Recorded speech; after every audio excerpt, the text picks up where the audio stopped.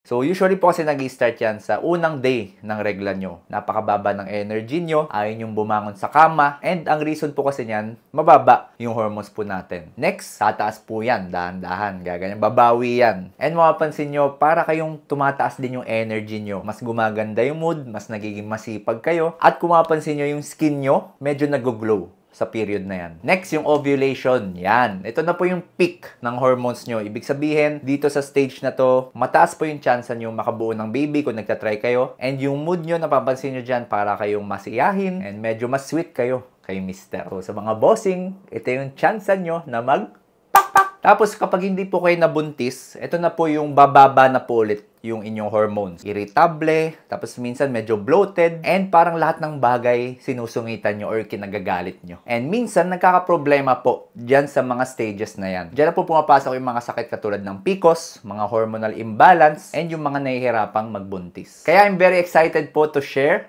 na under kay Healthmate, meron po akong ilalabas na supplement na makakatulong po sa mga ganyang klaseng problema. Kaya kita-kita po tayo sa June 6 sa first ever live selling ko sa TikTok shop ko po yan. Ilalagay ko po yung social media sites ng Healthmate. Follow nyo po and abangan nyo po yung mga susunod pang announcement.